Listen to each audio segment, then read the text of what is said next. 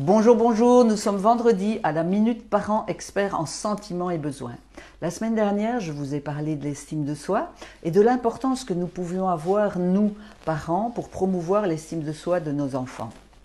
En résumé, je vous ai dit que l'estime de soi permettait à l'enfant de se situer et de croire en lui d'une façon réaliste. Tout en grandissant, on découvre de nouvelles vérités à propos de nous, à propos de ce qui nous entoure. Et donc, pour ce faire, avec ces vérités-là, nous sommes accompagnés de notre juge intérieur qui va nous aider à percevoir les choses, à nous dire, tiens, elles sont comme ça, tiens, réagis comme ça, fais comme ceci, ajuste-toi, etc. Et avec c'est ce juge intérieur qui va nous permettre d'agir avec plus ou moins de précision. Mais ce juge intérieur, dès la prime enfance, il n'est pas très nuancé, et d'ailleurs pour les adultes non plus, mais dès ce moment-là, il n'est pas très nuancé, et deuxièmement, il est hyper influençable par les personnes que l'enfant aime. Et donc notre rôle de parent, c'est vraiment de faire équipe avec ce juge intérieur. Alors, comment est-ce que vous pouvez faire équipe? Ce sera un processus en 5 étapes. Imaginez par exemple, votre enfant rentre de l'école, il n'a pas été choisi pour ce premier rôle dans la pièce de théâtre pour la fin de l'école, la fin de l'année, il aimait vraiment bien jouer, il avait envie de ce rôle, mais il ne l'a pas. Il rentre, il est complètement frustré, en colère, déçu, il va râler sur tout le monde, sur lui, sur la prof qui ne l'a pas choisi, sur les autres élèves qui ne l'ont pas appuyé, enfin bref, il râle. Et donc notre réaction de parents, c'est souvent soit de le consoler, non, t'étais pas nul, mais enfin c'est vrai que cette prof, c'est incroyable, ça ne m'étonne pas qu'elle t'a pas choisi, qu'elle ne t'ait pas choisi, enfin voilà. Ou bien alors, c'est de renforcer ce que le petit juge intérieur là de votre ado, pré-ado, a dit. Oui, c'est vrai, c'est quand même incroyable, tu connaissais pas ton texte, t'as pas étudié assez, voilà ce qui arrive, tu voulais le premier rôle, mais enfin, vous voyez.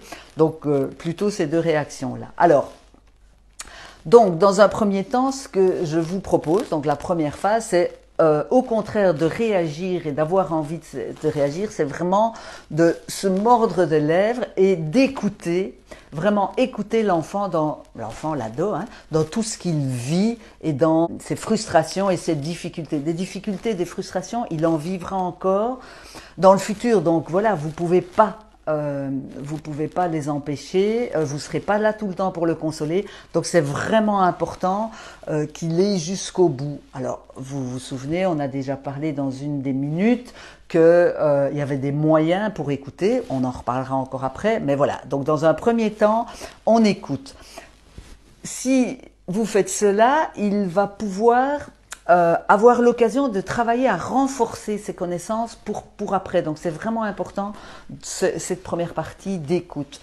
La deuxième partie, la deuxième chose que vous pouvez faire, c'est lui proposer de réfléchir tout en racontant concrètement comment ça s'est passé. Comment le déroulement de tout cela s'est passé. Est-ce que le rôle, il l'a eu depuis longtemps? Comment est-ce qu'il l'a préparé? Comment c'est arrivé là-bas à l'école? Comment il se sentait au moment de réciter son texte? Enfin voilà, vraiment concrètement de savoir, tiens, comment c'est passé. Et puis après, vous allez lui demander, tiens, qu'aurais-tu pu faire de différent dans cette situation-là?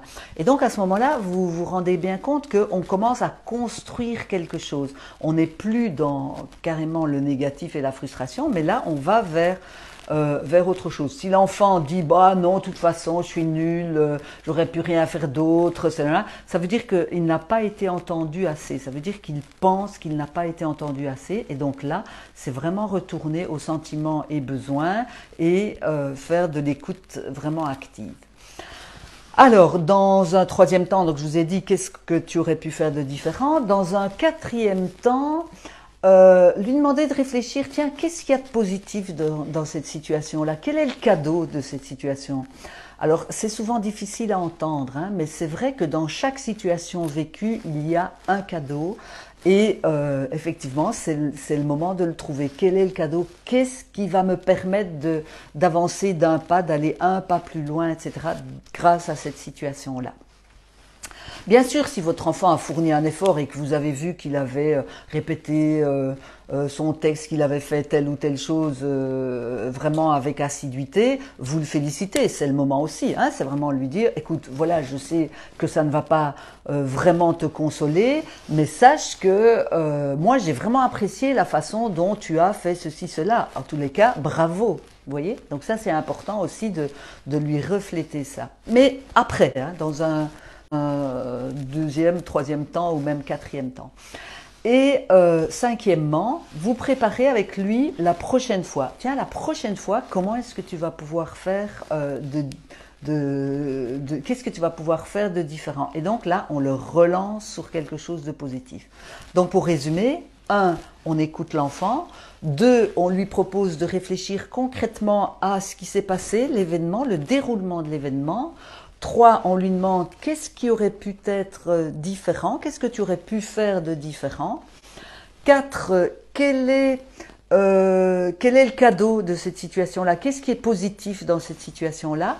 Et 5, comment est-ce que la prochaine fois tu vas pouvoir faire mieux, que tu vas pouvoir mettre des choses en place et préparer autre chose.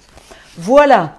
On y reviendra sûrement à l'estime de soi dans les minutes parents experts en sentiments et besoins. Pensez bien, on a un groupe sur Facebook. Si vous avez des commentaires, des choses à dire, n'hésitez pas à le faire là-dessus. Je vous y attends. Et si vous avez aimé, pensez à liker et à partager pour que tout le monde puisse en profiter. Bonne semaine, à vendredi.